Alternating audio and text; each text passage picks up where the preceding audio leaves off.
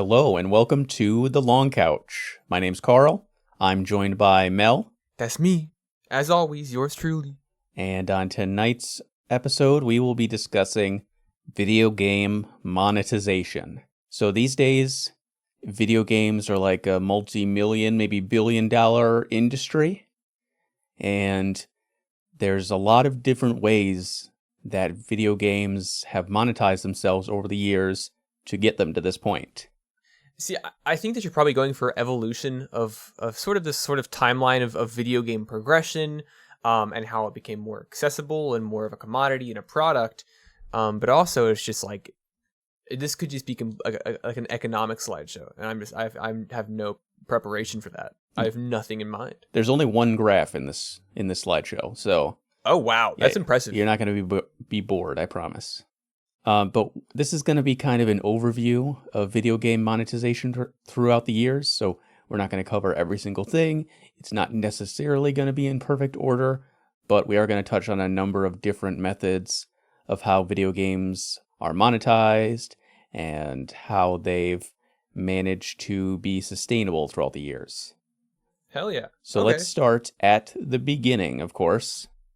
Back in the early days of video games, before the home console, there was the arcade. So for all you youngins out there, actually I'm too young for the arcade even too.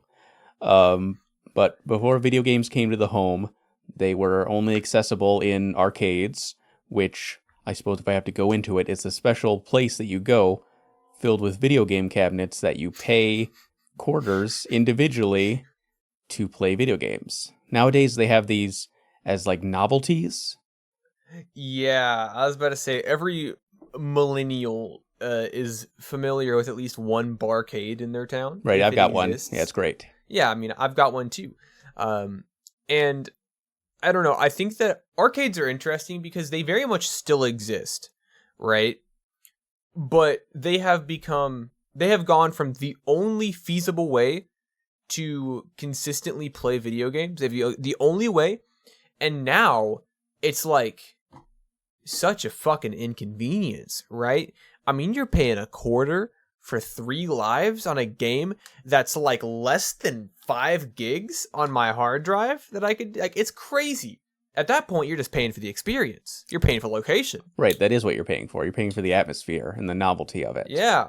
And not to say the atmosphere is bad, but all I know is, actually, I don't know if this is common practice, but the barcade that I go to every now and then, you don't got to bring quarters. It's all free. But I mean, just imagine being a child back in the 80s, and this would be your only opportunity to play games. And it was all tied to if you had money in your pocket, and if you could get your parents to drive you to the arcade, and you had to wait in line with other kids. And it's very inconvenient, obviously, compared to home gaming. All right, already. I'm going to tie it into a modern take on society and how, a big statement. Things haven't really changed. This is kind of like streaming services. You think so? Yeah. I mean, well, think about it this way. You go to an arcade, right? And the only reason we think this is because we now have at-home video game consoles, and so leaving the house for a video game kind of seems like, oh, it's a thing. But back then, that was the only way. But basically, you're going to this location to play video games, and you put quarters in to play, but you never own. So, I put a quarter, I can play a video game for as long as I survive, whatever. And I can put quarters upon quarters upon quarters. And let's say over a course of 6 months, I have spent $200 in quarters on Pac-Man. The second I leave that arcade, it's done. I don't get to bring Pac-Man with me. Mm-hmm. Even if I spent $200 on it, it's not mine. And the Pac-Man machine could break or be removed. Exactly, and then what? You don't get your money back if they take Pac-Man out, they say, "Hey, Pac-Man's not cool anymore. It's all Miss Pac-Man's all the rage." Right. You don't get Pac-Man anymore, and so it's the same thing. I can pay for Netflix for 10 years, spend thousands of dollars on it, but if Netflix disappears, I don't get to keep any of those movies. Mm-hmm. Or if Netflix removes a movie, that's it. So this is my big time is cyclical thing. I mean, if you consider your monthly allowance to be your subscription cost to the arcade, then yeah, I could agree. So the reason that a lot of games, especially early games, had high difficulty and lives were all a product of the arcade. Those were Of both course. ways of, keeping the rotation of customers on the machines high and the, monetization high. So a game Yes. would be really challenging because they want to kill you. They want to get rid of those free lives as soon as possible and make you put in more money. Back in those days, you had to just grind and get really good at these arcade games if you wanted to see the end or the next level or what have you, and it all cost quarters out of your pocket to get there. Yeah, it's really interesting because that difficulty curve, primarily taking place in the third level of any given video game, such as Contra or Castlevania. It's interesting because that third level difficulty curve that was meant to, make you feel like you're getting your money's worth because the difficulty curve ramps up so high, so exponentially that it keeps you coming back, it keeps you playing it. So that made its way onto home consoles. And so even though you were buying the video game to keep that difficulty curve for a little bit, it stuck around. And so all of these super early, like Atari and NES and all this stuff, in those early games, like you still have that, like, they're fucking hard. They're hard games. Contra is not easy. Right, that's notoriously hard. And the idea of having lives in a home console is like totally antiquated because you own it at this point. There's no reason for them to boot you back to the main screen or game over you if you own the console. These things take time to phase out. Yeah, it took a while for that to just go away. So speaking of which, the next step in monetization is, of course, the home console. So early home consoles, like this is the Magnavox Odyssey, they came just pre-programmed with a number of games. So you basically just bought the console, and what you got is what you got until they came out with another one or an upgrade or some sort of thing. So basically this was a one-time purchase, and that was it until they came out with the next thing. I mean, this makes sense. You know what I mean? Also, it's a cool looking device. Is it? I think that, I honestly, yeah. Like, and I know that I'm saying that with my nostalgia goggles on, but like these super early devices, these early home consoles, like they're just weird looking. Because now it's like you have the Xbox. What is it? It's a fucking box. I mean, the PS5 is pretty weird looking. The PS5, I think, kind of has returned to the sort of early creative ethos of designing these physical shells for the console hardware, of just making them look kind of weird. Yeah. You know what I mean? But I think it works because it kind of falls in line with the idea that video games are this new form of interactive media.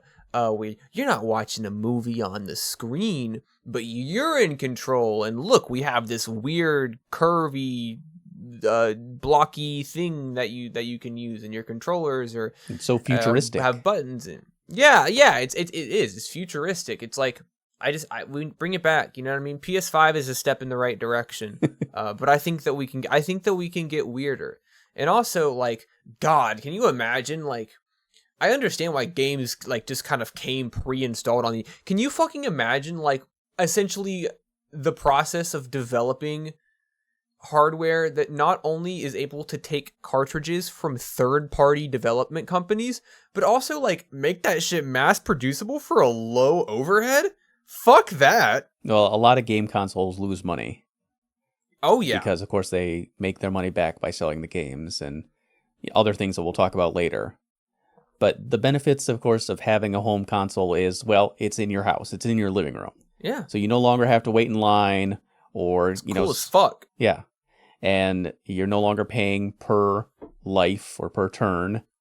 Alternatively, on the other hand, though, the graphics usually suck compared to the arcade because arcade machines can be huge. Also, Yes. They have custom controls for each game at the arcade rather than, whatever you're stuck with on that console. So in that way, the experience is kind of worse. You're making compromises to have a video game console at home. And of course, you only have like whatever's built into that console. You can't go over and play the new game that just arrived at the arcade or whatever. You can't just go switch it up whenever you get bored of that. You're kind of stuck with that at home. Yeah, I'm trying to remember. I can't remember the name of it, and I can't remember the name of the sort of type of screens. But for example, like Photoshop, when you are editing things in Photoshop, you are editing in terms of pixels. That is what you are looking at. Your resolution is measured in pixels, and the alterations you make are measured in pixels. But in an app like Adobe Illustrator, you are creating and drawing and designing on vectors. So it doesn't really adhere, like in terms of like sizing up, sizing down, changing resolution, it doesn't really adhere to pixel count because everything's mapped on a vector. And I'm trying to remember that there's an arcade machine that kind of did something similar to like the whole vectors thing. Yeah. And it's crazy because you're going from like playing Pac-Man and playing Galaga and playing Donkey Kong, but now there's like diagonal lines and they look diagonal. I mean, sure, it's only in black and white, but like there's clean diagonal lines on my arcade machine. Well, arcade machines could have more power built in because they're so huge. They're not limited by Yeah. size. And they could have custom And it does controllers. one thing. It's a giant box that does one thing. Right, Maybe. does one thing really well too. So what about the next step? Then we started to get consoles with individual retail games. So we're starting at this wasn't the first, but one of the very popular ones was the NES, which was originally sold as a toy, not a video game console because of the whole video game crash that happened a couple years earlier. So they tried to market this differently, and they had it included Rob the Robot, and they bundled Duck Hunt in, and they said it's the hot new toy of the season. It's not a game console, we swear. But it's got a controller. You can buy separate individual games for it to, play a wide variety of things. This is an amazing marvel of accessible technology, right?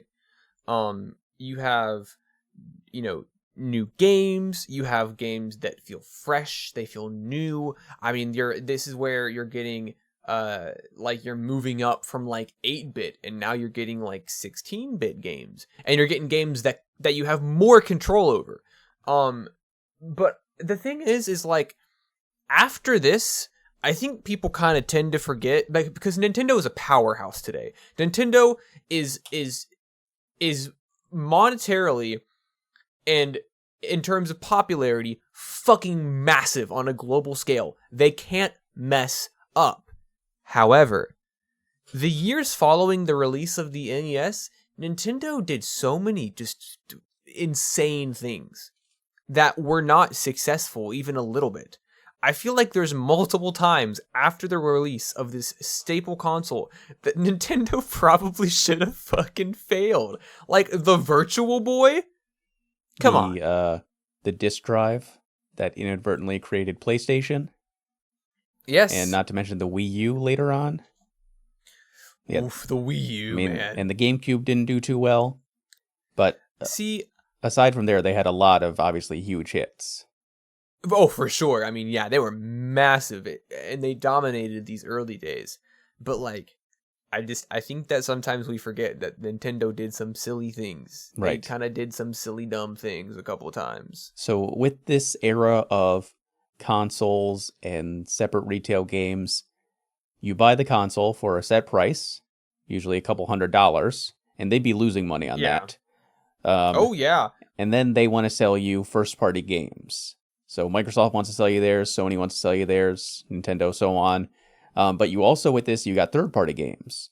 So with retail game purchases, you are buying a wide variety of games made by different studios and developers, not just the first-party games that were built in or whatever they had at the arcade. So shit got wacky. You could get basically any kind of genre, a bunch of weird games. They were throwing shit at the wall during like the PS2 era and original Xbox era. They had some wacky-ass games in the 2000s because they didn't really know exactly what was going to stick. This kind of thing sort of happens in honestly in everything. It's the same reason people go, man, music now sucks. Music back then was so much better consistently.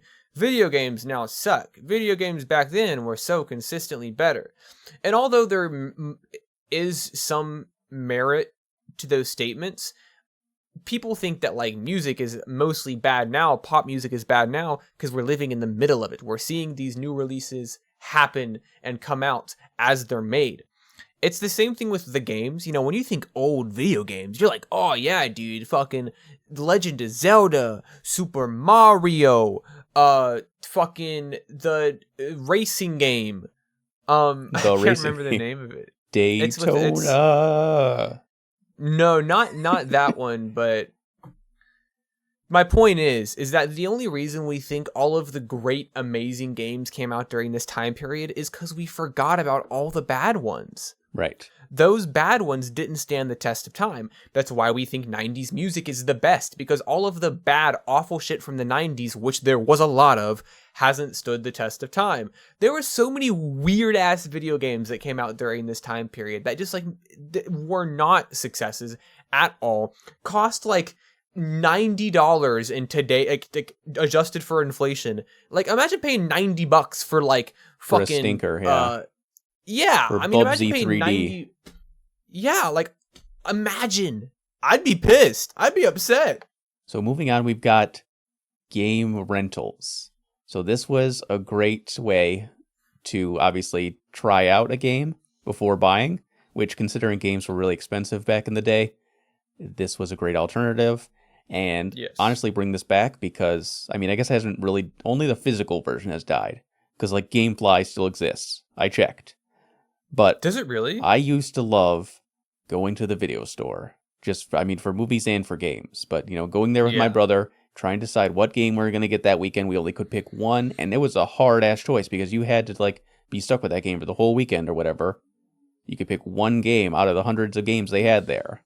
I think this is a really important era in terms of video game history, and also the sort of monetization and sort of consumerist perspective of video games, because this is, I think, finally we're getting to the point where video games have sort of plateaued and achieved semi-wide accessibility. Because video game consoles were expensive. I mean, the NES came out in 1985 for $90. Adjusted for inflation, that's $250. And, you know, other home consoles, like especially the SNES and its games, were pretty expensive, and a lot of people just couldn't afford to shell out, $60 for a video game. Mhm. And exactly. But now it's like you can rent them. These video games are getting cheaper relative to like how much you're paying for what you're getting. And so now it's like, because I would go to Blockbuster and I would rent video games and movies from Blockbuster. And now it's like, I mean, it's such a hard decision because, like, you're stuck with it if you don't like it. But at the same time, you don't have to really pay full price for it. Now it's even more accessible. Things are getting cheaper and you can rent things. But still, if I want to try a game, I have to pray that there's a demo or something. Or I just have to watch reviews. But I wish I could just go out and rent a game for the weekend. Did you ever have, like, demo discs? Absolutely, yes. On the PlayStation. Dude, I would spend all day just playing demos. I would play the same demos over and over. Who needs the full game at that point?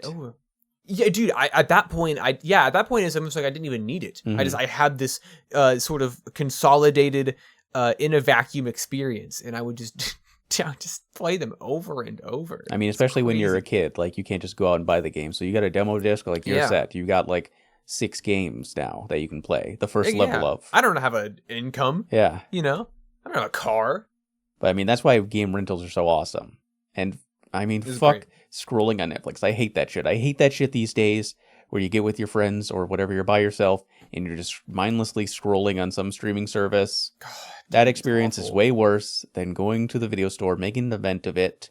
You get to see all the covers laid out in front of you. All your friends would kind of decide which movie you wanted to get.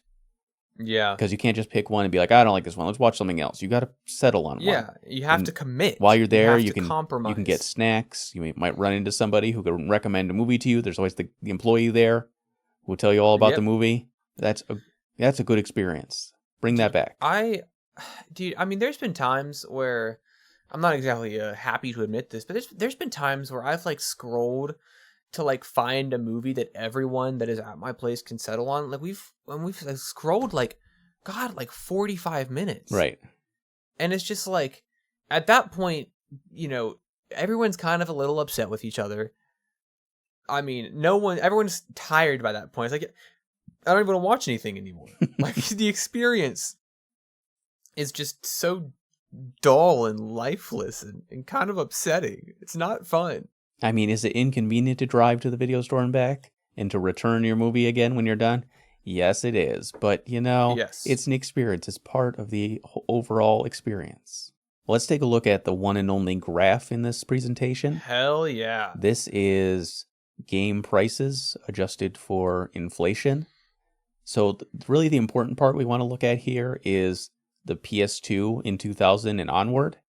We can see that games kind of steady off at that point, where they mostly cost $50 to $70 for like over 20 years. Yeah. So the price of games has only recently, it went up to $70 recently, and Fucking people lost their stupid minds. decision. Dumb as shit. But we can see there's a reason why video game publishers and developers feel the need to monetize their games in other ways, because the price of games has not really increased. Games have actually gotten cheaper, because if you look at the NES, it's over $100 in today's money for a single game. And as long as I've been buying games, I can always remember they've been $60 for like the last 15, almost 20 years. It's interesting because like the graph shows, I mean, adjusted for inflation, is like $100 in today's currency value to buy a video game. But it's weird because video games, like, after a little bit, they kind of settled on this central global $60 price. Mm-hmm. And it's just remained that. So as inflation has occurred and the dollar has lost value, it stayed at that $60 price. So it's just like, because of inflation, by nature, video games have just become cheaper over time. Right. And I'm sure that we'll get into it, but like you said, like, things have to be monetized differently now, because now video games cost more and more and more. And now they cost ludicrous amounts of money to make, but you're still at that $60 price point. Yeah, at some point they settled on, this is the amount people are willing to pay for a game, $60. And that's not going to change for years and years, even though the cost of developing these games is going up and up and up. It will be very hard for me to one day justify paying $70 for a single video game. I have not done it yet, and I'm trying to avoid doing it, but I know that GTA 6 is going to come out, and I'm going to pay $70. I mean, who knows what the price will be in 2025 when it comes out? It might be $80. Dude, listen, it was $60 for like 30 years. Please just like don't move it to 80 for like another 20 at least. If we're looking at GTA 6 in particular, they're going to use other ways to monetize the game to make back the cost they put into it. Do you know how much money they made off of shark cards alone? Right, we're going to get into that, though. The next step in the gaming timeline here is the introduction of online services. So with Xbox Live being the big one that really took off, Microsoft figured they could charge you $60 a year to use their online service and play games online. And people were definitely happy to pay that. Well, not happy to pay it, but they paid it reluctantly. It was justifiable. Yeah. I mean, that's a whole game just to use the online service. Yeah. And if you were a Sony pony at the time with the PS3, you were like, ha, free online service. Like those suckers over on Xbox, they got to pay for it, but it's free for us, which just makes the whole idea of paying for online service even worse. Yeah, I don't know. I play games on PC, so I don't pay for online service. Here's the thing. From a market standpoint, paying for online service makes so much sense. But the consumers fucking hate it, man. Obviously, if online services like playing online was free, then people would be a lot happier. Your service and your company would have a much more positive reputation. Mm-hmm. You're for the people. You provide a free online multiplayer. However, if you make it cost a price, what are you gonna do? Not pay it? Not get to play online a game that is built for being online, at least half of it? I mean, when you're releasing bangers like Halo 2, that's not really an option. Yeah, it's like you have to pay. Uh-huh. There's no option. You can't just not play online. You know what I mean? Right. I'm not fucking hopping on Modern Warfare and just playing the campaign over and over and over. I'm getting online. I'm going to get that tactical nuke, and I'm going to go brazy. Right. I will play devil's advocate for some of these in favor of the games companies. I don't like it, but obviously it costs money to upkeep servers. Servers are expensive, dude. So that's why they can justify this. But these days, actually, subscriptions for that kind of thing are actually more justified because they've turned it into less of you're paying to play online and more of that's one of the benefits, but you also get like free games every month and exclusive discounts. Xbox Gold has been like, they did like 2 free games a month for years, and then they upgraded it, and with the Xbox One it became 4 free games a month. I would say just getting free games, that many free games a year for that price, even without the online play, is kind of justifying immediately worth it. So, and dude, I mean, I'm sure we'll get into it, but like stuff like Game Pass, they've recently tied Game Pass in with their online Xbox Live Gold, so that's all like just one service now. Speaking of subscription services, in the early 2000s, MMOs started taking off, the big one being World of Warcraft, which was based on subscription, as well as buying expansions. So because this is an ongoing MMO game, this is one of the earlier live service kind of games, you were expected to pay per month to play the game, and you're expected to buy, I assume you bought the base game, and then you also bought any expansions that come out later. So you could definitely pump some money into this. Yeah, it's essentially Dungeons and Dragons. Right. But the idea is that this could be your one and only game. Like, sure, you're paying every month for it, but we're going to give you like an entire world of content, and it's going to be a big social experience, and you can basically turn your life over to this game.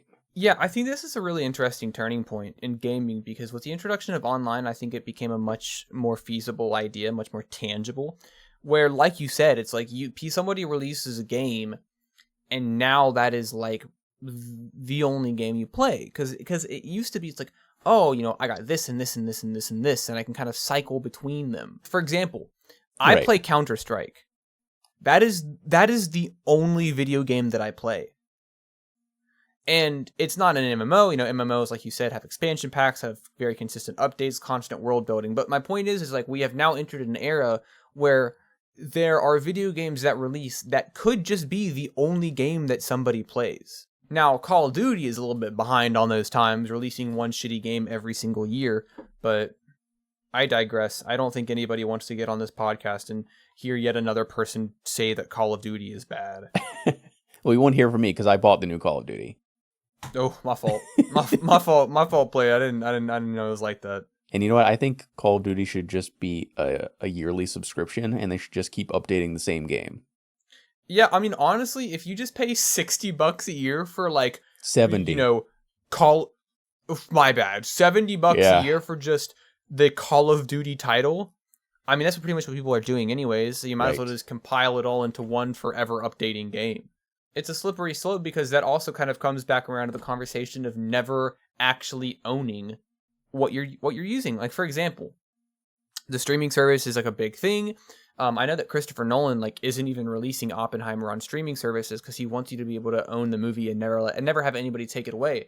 But the thing is, it's like I said earlier, it's like I can pay a subscription service to have video games for years and years, dump hundreds, thousands of dollars into this service, but the second my subscription ends, that's it. It's all gone. I don't get to take any of it with me. I never actually own it. And that shit kind of like, it kind of bothers me, not from a personal perspective, because I don't really play video games. Even the games that I do like, I hardly play. But like movies is probably a bigger one for me. But it's just like, I like owning shit. I like that it's mine. You know, I mean, you can look behind me and see this shelf that is just packed, that is overflowing with manga, because I like to have, what I enjoy, my hobbies. I like to own them. Right. I like to own physical books rather than, pay $5 a month to some fucking online manga service where I can read them on my phone and get eye strain. And I think that it's a dangerous path for video games to go down, because services like Game Pass are amazing. Like, Game Pass is not that expensive and has so many amazing games, but at the end of the day, you don't own any of them. Let's think about like Overwatch and Counter-Strike, long-running games that Yes. then later get replaced by sequels. They say, nope, that game doesn't exist anymore. Now it's Overwatch 2. Yeah, to be fair though, CS2 like is Counter-Strike.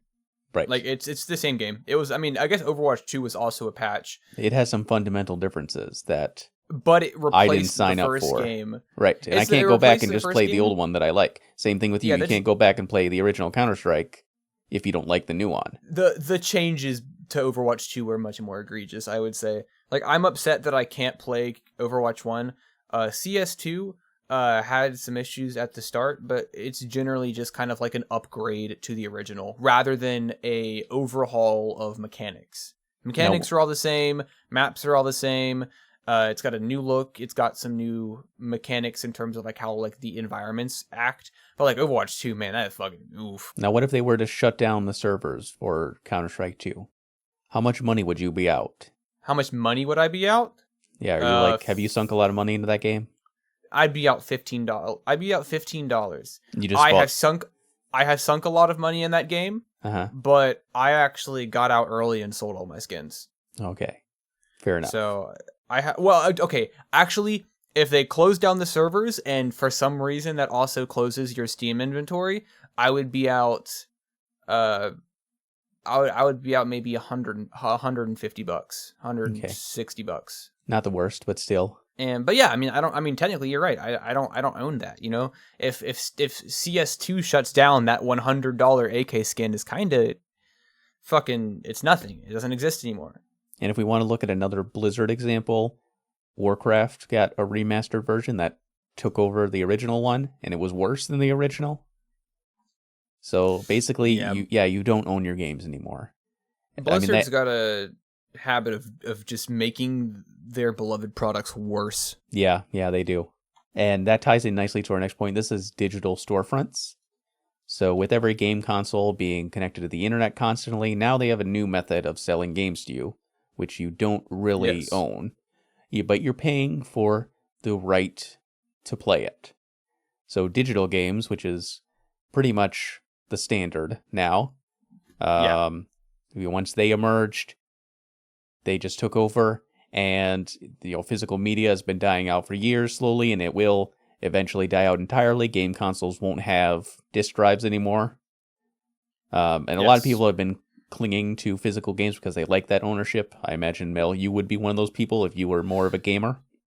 Yes, yeah. See, it's interesting because I'm a PC gamer, right? Yeah, which doesn't really do physical media.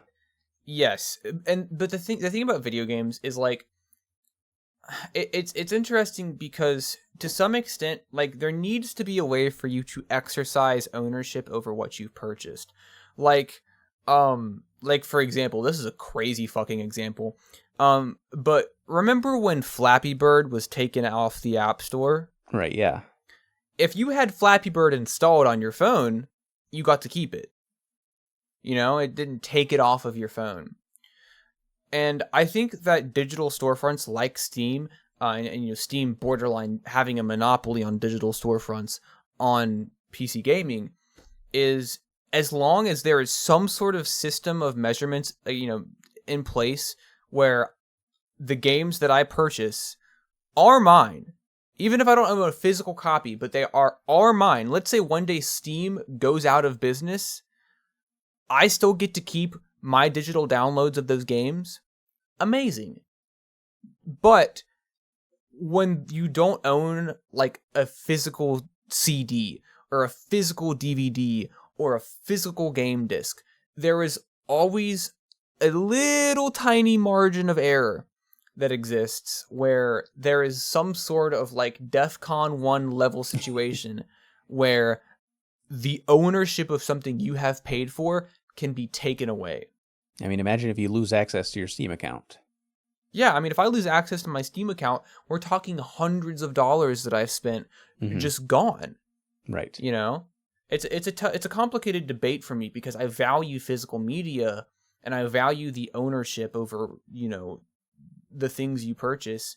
But at the same time, it's like it's convenient for me to be able to just store games on my hard drive and purchase them through Steam. You know, I don't want to fucking drive to GameStop. I don't want to go to fucking GameStop Right. to buy a video game. I can Yes. do it from the comfort of my office. Yeah, so the benefits of digital games is they're instant. You can pre-purchase them and preload them so they're ready to go the minute the game releases. You don't have to swap your discs around. You don't have to worry about actually physically losing them or damaging them. Which Yeah. is kind of nice, but of course the big downside is you don't really own the game. And a lot of these games are also have to be connected to the internet to even like validate that you are allowed to play them. Yeah, I think one of the biggest mistakes that has been made in recent media developments is having to have internet for offline products. Yeah, I hate it. That is maybe the dumbest shit that I've seen kind of come out of this this sort of like boom in how we consume and create digital media. Right, I hate having to be connected to the internet to play Hitman 3, a single player game. Yeah, why? How does that make any sense? I remember a couple years ago there was a big debate about how Steam wouldn't let you pass your library down to somebody else if you died. I mean, couldn't you just give them the login info? I don't see what the... I mean, sure, of course you could, but their argument was like, well, you know, these products are for this one person. Your library is yours. So if you die, you can't just give it to somebody else. That actually kind of probably has to do with consumer laws. For example, this is a crazy thing that I learned in school. If you buy a movie, if you buy a DVD of a movie, I mean, let's say that I go to the store and buy a DVD of Grown Ups starring Adam Sandler. Uh-huh. Legally, I am the only person allowed to watch that movie.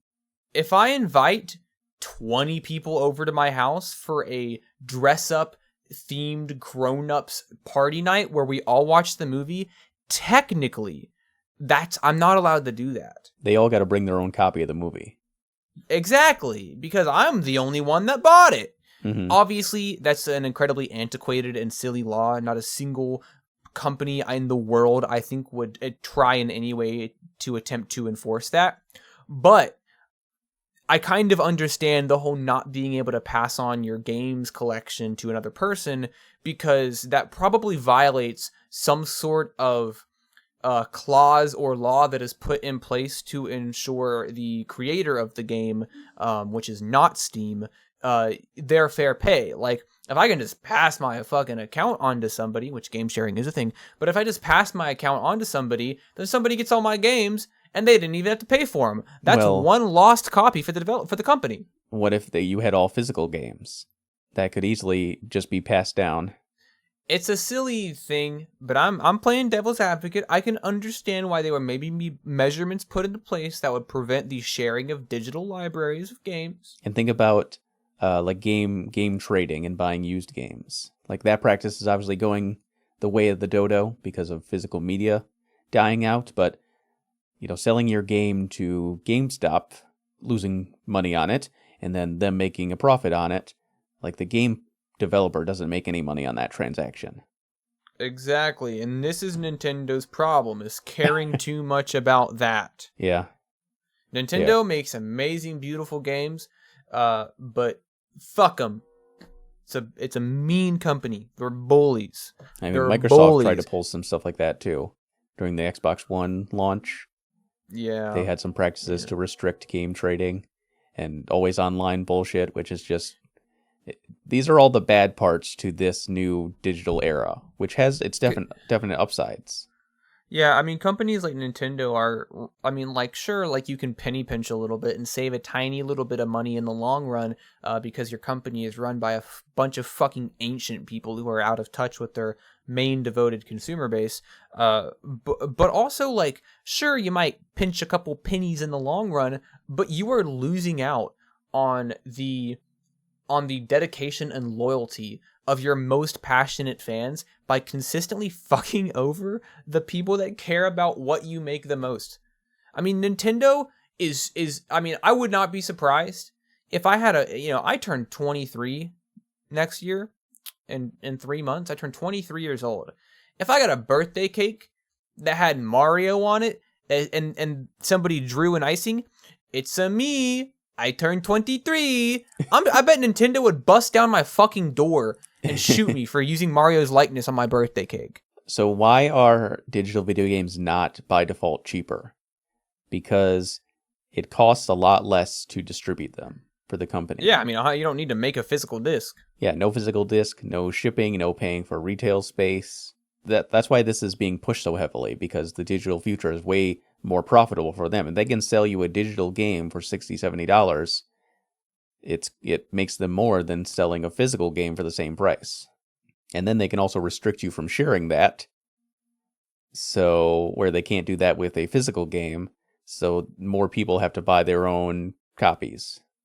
Yeah, I looked it up just because I was curious, because I've heard this conversation brought up a couple times before. I don't know how much it costs to manufacture a game. Now, in terms of shipping and distribution costs, I have no fucking clue. But in terms of like the actual physical copy, it typically costs around $2.50 per game disc just to make. Mm-hmm. I mean, that adds up. Yeah, no, that thing. Yeah, I mean that adds up. That's just the making the game, because then you got to pay to ship it and put it in stores. But they should pass that savings on to the consumer. But they don't. So another way that game developers make money is by selling DLC. So with online storefronts, it's much easier for them to update games after the fact. Well, not just much easier, but possible at all for them to do that. So it's much cheaper to develop additional content for an existing game than to make a new game. Yes. So if you can put out Halo 2 and put all the money and development time into that, you can put significantly less money and development time into making a $15 map pack and sell millions of those and make tons of money back. Yeah, I mean, here's the thing. This might be a bit of a hot take, especially in the age of microtransactions, which I do think are incredibly predatory. But if I buy for full price a game that is finished, has a full story, has the additional game modes, it has all the options. If I buy a game that is full on its own, a complete and finished game, and the DLC available for the game released sometime down the line, not at the same time as the game, but released later down the line, if that DLC is supplementary and additive to the already existing complete experience, I am okay with that. I agree. Like, I mean, I played all of the Call of Duty Zombies. Call of Duty Zombies is something that I've sunk thousands of hours into. I mean, back then, they would release 4 different new Zombies maps throughout the season, and each map and the things that came with it were $15. Mm-hmm. So not terribly expensive. Yeah, and they came out over the course of like half a year. Mm-hmm. I am adding on to the experience that is already complete on its own. Even if I don't do that, I still already get 1, 2, maybe even 3 Zombies maps that I can play without buying the new ones. I have a complete campaign. I have an online multiplayer. I probably have some sort of like co-op mode. So the additional Zombies maps are something that I am more than happy to pay $15 for, because it is additive and supplementary to an already pretty good existing game. Yeah, I mean, when a great game like The Witcher 3 comes out, which is already a full solid game in its own right. Yeah, massive. Then later on, 6 months, a year later, you get an expansion pack. I think it's totally fair to ask $20, $30 for something like that. Yeah. And a lot of the time when it comes from reputable companies that are passionate about game development, a lot of the time the DLC is like whole new experiences on its own. And they can iterate on what they've already done and make it better in a lot of cases. There are a lot of games where the DLC is better than the base game. And it really is a win-win, because it's cheaper for the devs to make it, and it's pretty cheap for us, and we get like a whole new experience for a game that we already love. So there are definitely some positives to the DLC model. But on the other hand, if you look at like multiplayer map packs, that shit can divide your community up. Trying to play, you probably tried to play Zombies with some of your friends online. They said, "Oh, I don't own that DLC. I can't play that one." Because now they're paywalling significant, substantial parts of the game. And another thing is the digital currency. Like you used to have to buy Microsoft points to buy stuff online, and they would sell Microsoft points in weird increments. Yes. So you would always have too much or too little for what you actually wanted. You couldn't just pay the flat $15 for a Mac That pack. shit made me so mad. Yeah, that's awful, and I'm so glad they got rid of that. I think that was one of the worst features of like digital gaming. And I mean, games are still doing that kind of shit, just with in-game currency. So your in-game currency of like, let's say coins. You know, you get coins. You can use coins to buy stuff in the shop. You can use coins to buy new skins. Maybe new skins for your gun, new skins for your character, cool cosmetic items. But then, and you earn coins through gameplay, maybe completing missions by getting achievements. You know, they're obtainable. Mm-hmm. And then you have like fuck ass gems. And the these premium gems, currency. If you grind the hell out of the game, you maybe get like 5 gems a month, and the lowest cost thing, the cheapest thing in the gym shop is like 1,000. Or you can give us $50 for 1,000 gems and get that cool skin. Right. It's like, are you for real? Are you kidding me? Fuck gems. All the best and coolest items are now paid items. Where they used to be tied to progression or achievements. Now it's like, pay up, Buster. And that ties nicely into the next one, which is cosmetic DLC. So the big one that really kicked off this entire saga of terribleness was Oblivion's horse armor. So Oblivion was obviously a full-priced game, and it was a great game when it came out and all that. And after launch, they put out cosmetic horse armor. It does absolutely nothing in game. There's no benefit to using it. It's entirely cosmetic. For a couple bucks, you can get armor for your horse. And this was almost like a social experiment at the time. They were like, will people pay money for armor for your horse? Just something totally superficial. And guess what? We did. We bought it. 100%. And now, here we are. Those devs are fucking Oppenheimer staring right now. Not finally understanding the horrors that they've unleashed upon the world. I also have a bit of a hot take about this one as well. When it comes to in-game purchases, specifically microtransactions, if the game is not pay to win, if these microtransactions are not benefiting you in any way above maybe the people online who are not paying for these things, these items are purely cosmetic, completely useless other than the way they look, and you don't obtain them through the result of gambling, then I see no problem. If you want to fucking put a $5 horse armor skin in your game that doesn't do anything, doesn't give you a benefit in any capacity, and you don't have to gamble to get it, you can just buy it. I mean, that's just up to the consumer to buy it. Yeah, I do agree with that. But most of the time, it's not that. Most of the time, it's like loot boxes. That's gambling. Mm-hmm. We're introducing children to gambling, which Let's is not get too ahead of ourselves. Loot boxes is another point here. Okay, I'm clawing the fabric out of my armrests right now. We're going to cover all the different models of monetization here. This is just paid cosmetics. And I'm okay with this. This is okay. See, but people at the time were not okay with this because previously, if you had a paid expansion, there was content behind it. I think that you should be able to unlock things as rewards for your progression. But if there's other stuff that you want to do that's cosmetic, that's fine. As long as there are things that I can unlock myself, that's super okay. But if it comes down to like a fucking horse armor, like whatever, cool. Charge me $2 for it.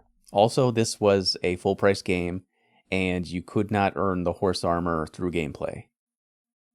Yeah, I get it, but the gameplay is already rewarding in other areas. I mean, so your argument is just ignore it. Like, or if you really want it, get it, but if not, ignore it. I've never spent money on a cosmetic item in game. I just don't care to. But, I mean, if I ever wanted to, it's there. Right.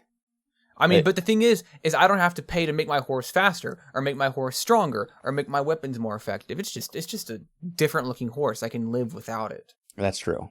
Okay, something else we can live without are deluxe editions of games. So, pre-ordering became the big new thing. Now, you're buying the game before it even comes out, before it's even done in some cases. Yes. You can buy the game months ahead of time, and they're going to incentivize you to do so by giving you pre-order bonuses.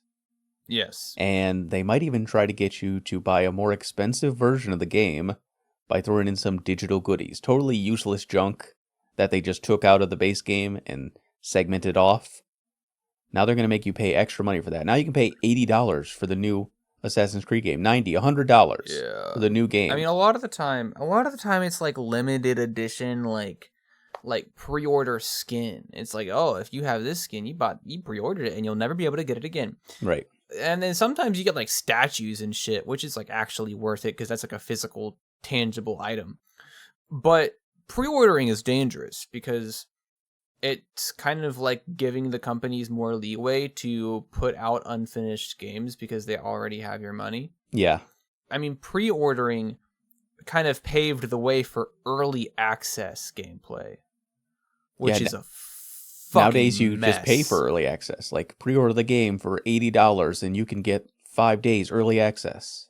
Or I'm not even talking about. I'm talking about unfinished builds of games. Like on Steam, you can play games that are unfinished for full price, and it's like a lot of the time these games genuinely are like. Sometimes they're genuine. Like I'm pretty sure Risk of Rain 2 is in early access. Risk of Rain 2 is like a perfect game. Yeah, I mean, I don't think that's really a problem, though. They are always labeled as this is a pre-release game, this is early access, there's going to be bugs. I know, but I think it's a dangerous precedent where people are... Because even if it's early access, that's still a released game. And I think it's a dangerous precedent to set where companies can just release buggy fucking messes of unfinished games for full price. Well, the problem is when and they're eventually, maybe one day, it'll be done. Yeah, if we look at like No Man's Sky or Cyberpunk or something... That's where the problem is, where they release a game, they say, this is the finished game, pay us full price. And it's But it's not. You're basically beta testing the game for 2 or 3 years before we actually fix it. I mean, yeah, No Man's Sky has pretty favorable reviews 8 years later. Yeah, both those games are good now. But when they released, obviously they were shit, and they were still charging you full price for it. And they never made any distinction that this is just the early access version. Yeah, I mean, No Man's Sky came out in 2016. Yeah. I mean that was... It's a great game now, and they pretty much delivered on everything they promised on. Yeah, as of like this year. Right. Which is crazy. Just release the game now. But not everyone's going to be held to that, though. You can still release a shit game and just never fix it and just take the money and run. Yeah, and that's the thing, is I think that we should collectively stop letting game companies get away with it, because they get away with it so easily. Yeah, I mean, games journalists have been saying stop pre-ordering for years. Yeah. And I only pre-order if it's like I do it like the day before it comes out, if I know I'm already going to buy the game. Yeah, I don't know. I think that some incentives for pre-ordering is... I don't know. It's one of those things where I am against pre-ordering purely because of the impact that it has on an industry that is constantly and incessantly finding new ways to cut corners. Mm-hmm. But I will not say that pre-ordering a game isn't always personally and individually worth it. Because sometimes you pre-order a game and the game's amazing, and now you have like a couple cool things that you get as a reward for pre-ordering it. I mean, if it's a sequel to a game you already love, you're going to buy it either way. Like, you pre-order it. Yeah, but I think that as a concept on a larger scale, it's dangerous. I think it just lets companies get away with more. I agree. Let's look at some of the more recent monetization models. So the first one is Season Pass. So they're already selling you individual DLC, but now you have the option to buy the Season Pass, which is sometimes the same price as the full game. You're basically pre-ordering all of the DLC that will or maybe will not come out in the future. Yeah, this is weird. This is a weird one. I mean, this has been around for a while. I mean, I would buy the season passes, like I said, just because I loved zombies so much. It's weird. It's weird though. I mean, you're paying. You're really paying for nothing, yeah, for the promise of content to come. Yeah, I mean, you're paying $60 for something that you won't even have. They're gonna drip feed you for a year, mm-hmm. and that's. I've done it a couple times in the past, but it's pretty fucking dumb. Like it's a pretty dumb concept, and it benefits the consumer way less than they want you to believe. I mean, it's kind of like if you're going to buy every piece of DLC, this does save you money. But you have to pay it all down at once. Yes. And there's no guarantee that DLC is going to be good. Or even come out. Yeah. Yeah, I mean, what happens if the fucking... I mean, think about it this way. I love the Telltale game series, Walking Dead, right? Telltale, like, went bankrupt a couple years back.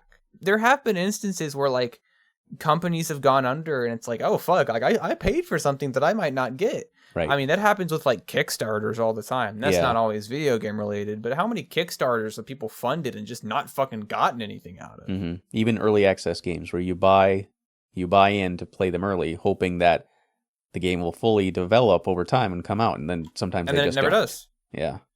I can make arguments for purchasing additional content for a base game, but at the end of the day, I am always going to prefer just buying a game and never having to pay for it again. All of my favorite games are like that. Yeah. You know, it's free now, but CSGO initially was $15. I pay that. I never have to buy anything. I mean, I can gamble like fucking crazy, which I did, but... Well, that's why this is the old model. And we'll talk about the current model a little later. Or like Risk of Rain 2, like I mentioned, base price, and that game is amazing. I will never...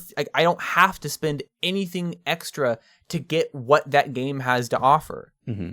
I don't really play it at all, but Minecraft. Oh, yeah. I mean, you bought Minecraft? Yeah, I mean, I bought Minecraft fucking 10 years ago. Uh-huh. And I haven't spent a dime on it since. This is a game that is still being updated a decade later, and I have paid no additional cost to continue to enjoy the commodities that it continues to provide. Well, that's part of the new model that we are kind of expecting at this point. I just want to stop paying for extra shit. I want to pay $20 for an indie game and run that shit into the fucking ground. If you don't want to pay for games anymore, I've got good news for you. Free-to-play mobile games. Just free to play anything, really. Yeah. I guess mobile games is... We're talking mobile games now. Okay, my bad. So, game developers know everybody's got a phone. You know, in 2010 or whatever, basically smartphones are ubiquitous now. Everybody's got a phone.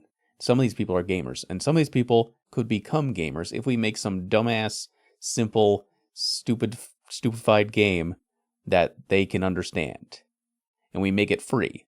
So you have no trouble going into the App Store and just getting whatever looks interesting. And it's free to play.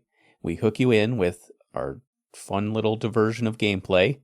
And then, looks like you're going to need to pay a little bit of money if you want to progress right now. You ran out of energy. You're going to have to buy some gems, or you can wait for 4 hours. When it came to things like this, I was very stubborn. I would sit through every fucking ad, begrudgingly, but I would sit through every ad. I would never get any like extra things or time boosts for idle games or anything like that. But I think that this was the beginning of the end. Yeah. See, I can tell you why. Is free to play. I mean, Fortnite is the biggest free to game. Yeah, Bill, I know you're not about to talk bad about Fortnite right now, okay? I'm not even going to talk bad about it. I'm just going to say this. It is the biggest free-to-play game on the planet. It costs nothing to play that game. Mm-hmm. But good God, is it so fucking profitable? Right. But the thing is like, games are expensive to make. And releasing a product for free after spending what could be years crafting a video game experience, releasing it for free is a big gamble. I mean, remember when Fortnite was first coming out and there was a story mode? That was the main draw. Battle Royale was just like a secondary game mode that you could do if you got bored of the story mode or after you beat it. Turns out that was way more profitable. Yeah, story mode never even came out. Now the game's free. It doesn't cost anything. I mean, imagine if you bought into that, story mode that never happened. Probably feel pretty betrayed. I feel pretty cheated, man. But mobile games specifically are way more of a problem because this was like the first time I feel that games were made with profit first. Yes, 100%. Like, at least with other games that charge you DLC, like, they're making a good full game that's really gameplay first, and profit does come secondary, though it is still important. These games, they'll give you, like, the bare minimum, but the whole purpose of this game is to exploit you to spend money. Like, nearly every mobile game is hardly a game, and it's more of just a way to separate people from their money. Yeah, I mean, dude, listen, some of those mobile game ads are fucking insane. Right. But you can find a decent mobile game that is just littered with ads.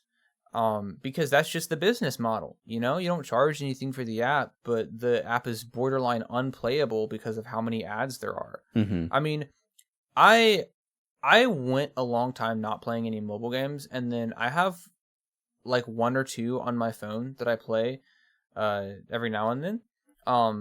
But the big one that I play is BTD6. Like I play Bloons Tower Defense on my phone, but that's a paid game. That game's $6. Yeah, on I your mean, phone. way better if you can just. But most people don't want to do that. Most people don't want to spend $6 on a game they're unsure of on their phone. And like you said, though, it's like this is where you're making games with profit first in mind, and you're putting out like really fucking bad games. Like the games aren't good. Right. I never got mobile games. I never understood why phones are so high tech these days and so powerful. Because they can be. Right, but the games on them are like the most simple point and click kind of stuff ever for the most casual people. Like, there are very few games that actually take advantage of the power of a mobile device. Like, we should be playing like Xbox 360 type games on our phones. I had Call of Duty Black Ops I had Black Ops Zombies on my phone. Right. Years ago. And it was so slow. It looked like shit, but by God, it was awful. I mean, we're talking like Black Ops Zombies on like a fucking iPhone 4. Right, but that was a paid game. I mean, it was you just straight out bought that game, it was trash, and you played awful. it. Yeah, now my phone can fucking film 60 FPS 4K video, and I could probably run the Xbox 360 version of Black Ops on this phone easily. Right. Yeah. Which is crazy to me. Why the most popular games are like 2D, cookie clicker matching games. Hey. Cookie clicker's a good game. Mobile games are just like totally diversion type games. Yeah, mobile games are just the fucking equivalent of just jingling keys over a baby's head. Yeah, basically, except that baby's got to pay money to get those keys. Yeah, the keys stop every couple of minutes to play an ad. Next up, we have probably the worst iteration of monetization, and this is the loot box.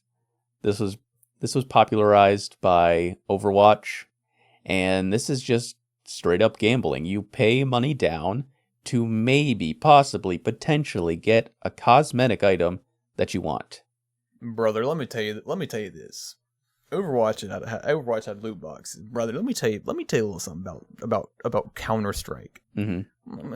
Let me tell you, this is okay. It is gambling. You're right, and I think that, and in the United States of America, what is the group? What is the target? The demographic that is not allowed to gamble?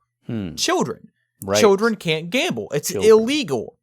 But hey, if we put it in their video games, so you know how I said earlier that I've never spent money on a cosmetic item? You lied. That is true. I've never outright bought a cosmetic item, but by God, have I gambled for them. As a child, keep in mind. Is that better? It's so much worse.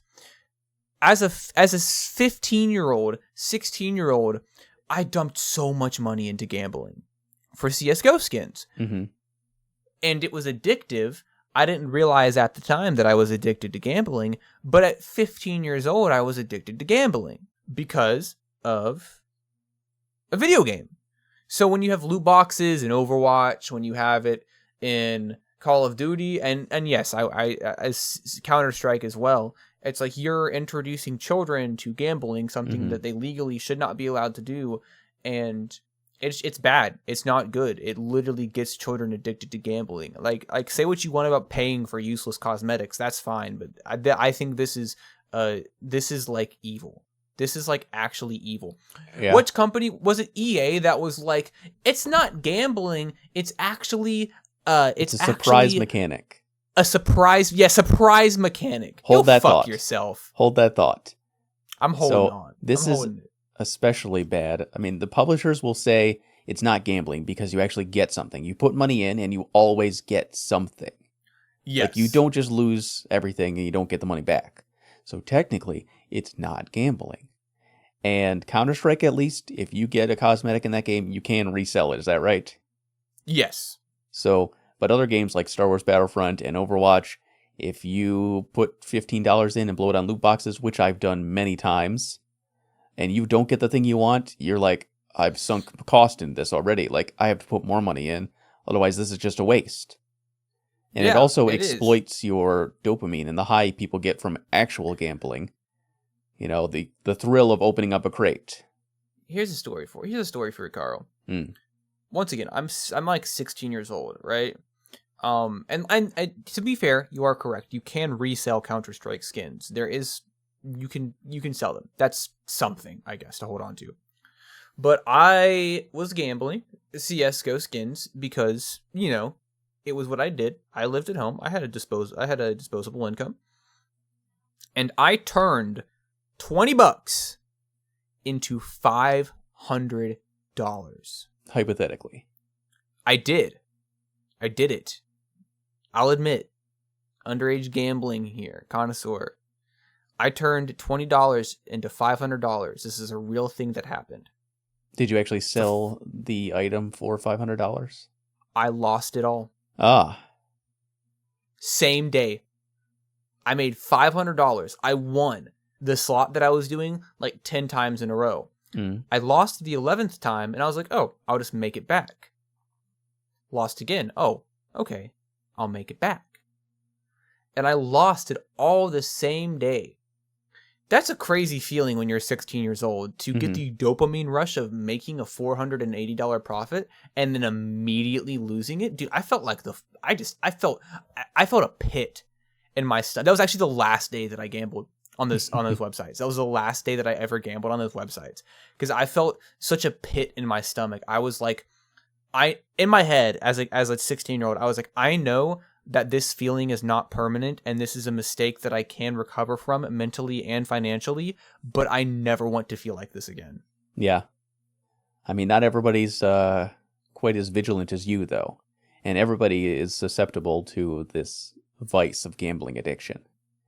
I have bought cases through the actual game since then, but I've never gambled on a third-party website since then. That shit, like, really, like... I mean, it was a valuable lesson for sure, but it fucked me up, man. Yeah, I'm so glad that this practice has really died out recently, and that's even being made illegal in some countries, because it is crazy exploitative, especially at children. Let's talk about a couple actually tolerable monetization practices. So this one is buying cosmetics outright. So this is pretty prevalent today. The game is free to play. Fine, great. They give you a full-ass game. You can get hundreds of hours out of this game and pay absolutely $0. That's actually great. I can play Overwatch 2, I can play Fortnite, I can play Counter-Strike 2 for hundreds of hours, never pay a dime if I don't want to. If I don't care about my cosmetics, fine. If I do, if I want to be Peter Griffin in Fortnite, I can just... Well, it's a bad example because I can't buy it outright. But, you know, if I want to buy Ariana Grande, I'll just buy the skin. You know, it tells me exactly how much it costs. I buy it for that amount of money. That's the end of it. Yeah, I feel like it's really easy to hate on Fortnite. And I know that during a certain time period, it was the thing to hate on Fortnite. But, like, I'm not mad about what they do. Mm-hmm. Like, one, I think Fortnite is actually really cool in terms of, like non-consequential crossover events. Like, you can be your favorite anime characters. You can be your favorite.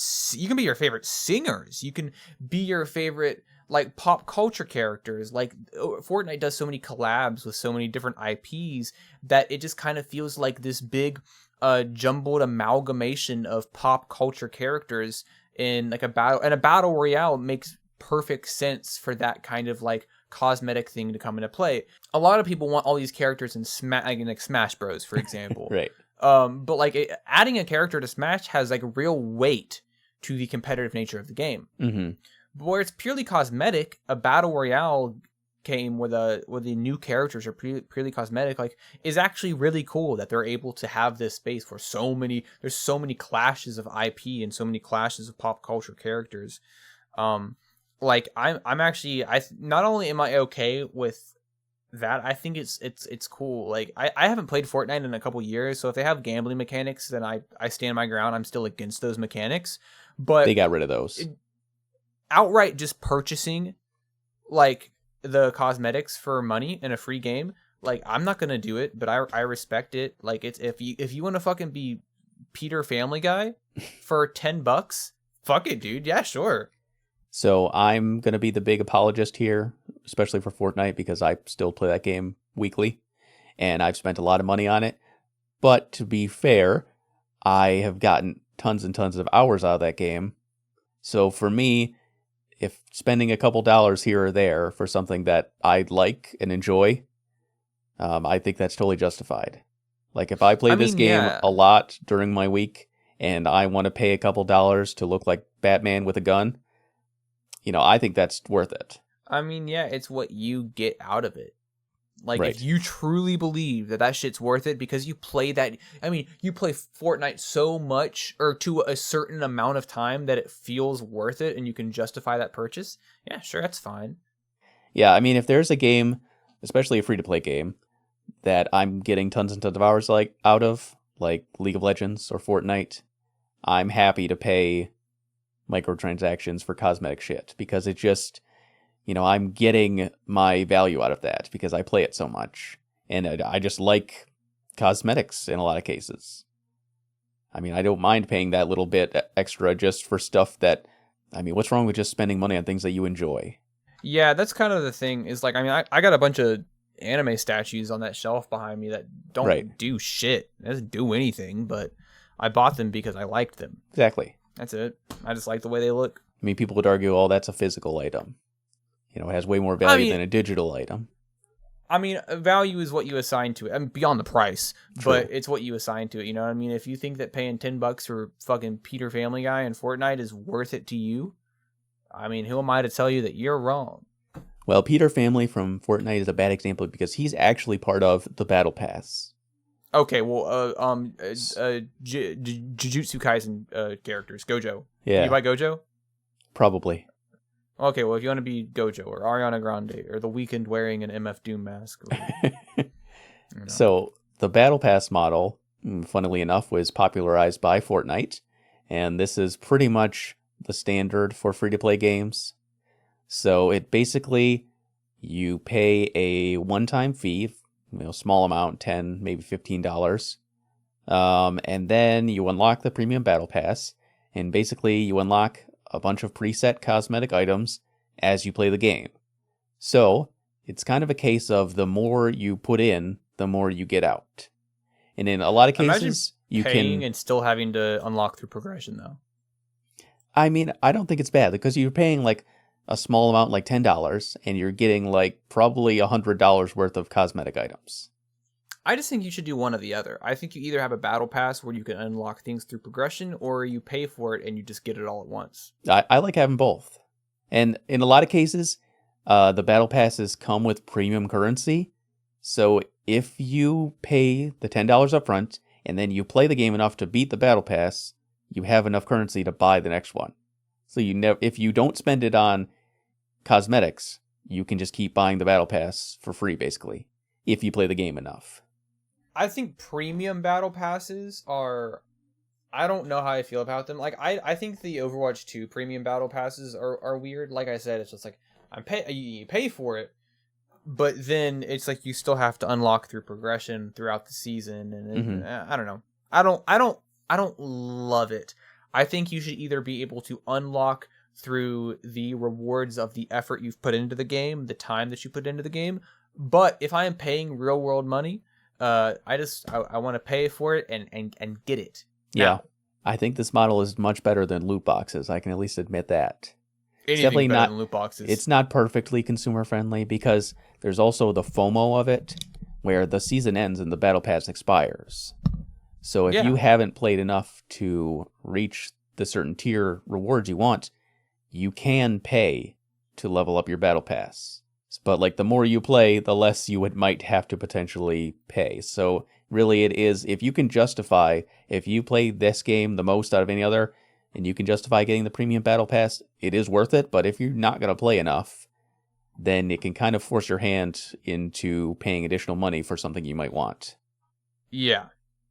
And they usually put the shiniest thing, like, Peter Family Guy, in the battle pass, like tier 70. So you really got to try.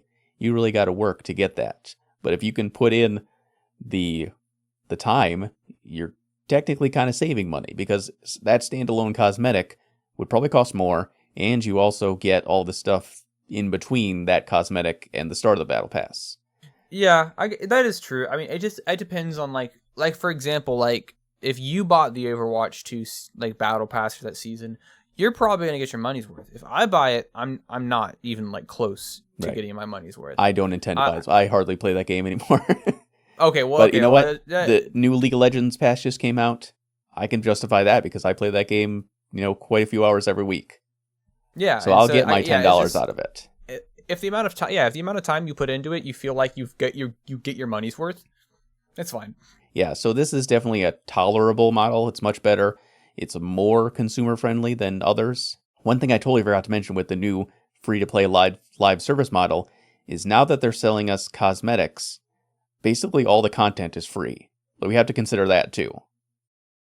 That is true. It is kind of give and take sort of thing. I mean, although you can buy hundreds of cosmetics on Fortnite, but yeah, I mean a pretty fun battle royale is entirely free to play. You don't have to put a single dollar into it if you don't want to. Yeah, and you're no longer paying for map packs or updates. Like, these games are supported for years and years with tons of content, and you're not paying for additional DLC for that. It's just like, well, if you want to buy the DLC or the battle pass or the cosmetics, you can, but you don't have to. And we're still going to give you this free-to-play game. And if you don't, so many people are going to. So Yeah. it's not like it's Well, not like that is being compromised. that's the thing. They know that there are tons of whales in the world. This is a great model for them because, they can be supported either just by casual people like me who are putting a bit of money into it, or by the probably thousands of people who are just whaling the game, which is basically putting hundreds of dollars into it. If you're rich or you have a ton of disposable income and you only play World of Tanks, you're going to put hundreds of dollars into that, and that's obviously going to benefit the developer and the publisher because, there's no ceiling on how much money you can spend in the game. But imagine if I was the son of a CEO and I love Fortnite. I will just buy every skin because money is not an issue to me. And there are tons of people out there who can just afford to do that. So that's a great model for those publishers. Yeah, well, I'm very jealous of those people that can fucking spend $11,600 on Fortnite skins. And the real problem is when games become pay to win, when they're not just selling cosmetic items. This is mostly like MMOs. Yeah. Where you can basically just buy advantages through the game. I mean, you get a whale in that game, it's basically like you just win by being rich. Yeah. Yeah, that's I hate that shit. Pay to win that's bad. Everyone knows that's bad though. No one likes that. Keep it cosmetic. Lastly, we have Xbox Game Pass. As you mentioned before, this is just a subscription service similar to Netflix. Basically, you pay a monthly fee and you get access to hundreds of games. Game Pass is great. I mean, really, it's not expensive, and it's not like oh, you get access to 100 games, and they're all just like random ass obscure mobile games ported into Xbox that fucking suck. Like, I mean, you can play all the Crysis games. I'm pretty sure that you can play all the most of the Diablo games. I mean, shit. Now that Microsoft owns Activision Blizzard, their catalog is going to get huge. I mean, Game Pass is pretty good. I think that it's definitely worth the money. And we do kind of cycle back to that conversation of not owning the games. Mm-hmm. But if you paid for Game Pass for, I don't know, 5 years, I don't even think you would come close to the cumulative cost of all of those games individually. I don't even think you come close. Yeah, I mean, if you buy Starfield for $70, Like, you could pay for a couple months of Game Pass and get Starfield plus dozens and dozens of other games. Like, if your grandma gets you an Xbox for Christmas, instead of just giving you one $70 game to go with it, she gets you a Game Pass subscription. Now you have hundreds of games for your new console. I think that's great. I think this is a great model, and I hope that maybe Sony does something similar, or shit, even Nintendo. They'll never do it probably, but No, dude, Nintendo doesn't even fucking know that like people are going digital. That Yeah. people are getting rid of discs. Nintendo has no idea. well, they got rid of discs too. They got cartridges. So this has been Video Game Monetization. I'm Carl. I'm Mel. This is The Long Couch. We will see you next Tuesday on our next episode. Bye-bye. Thank you. Bye.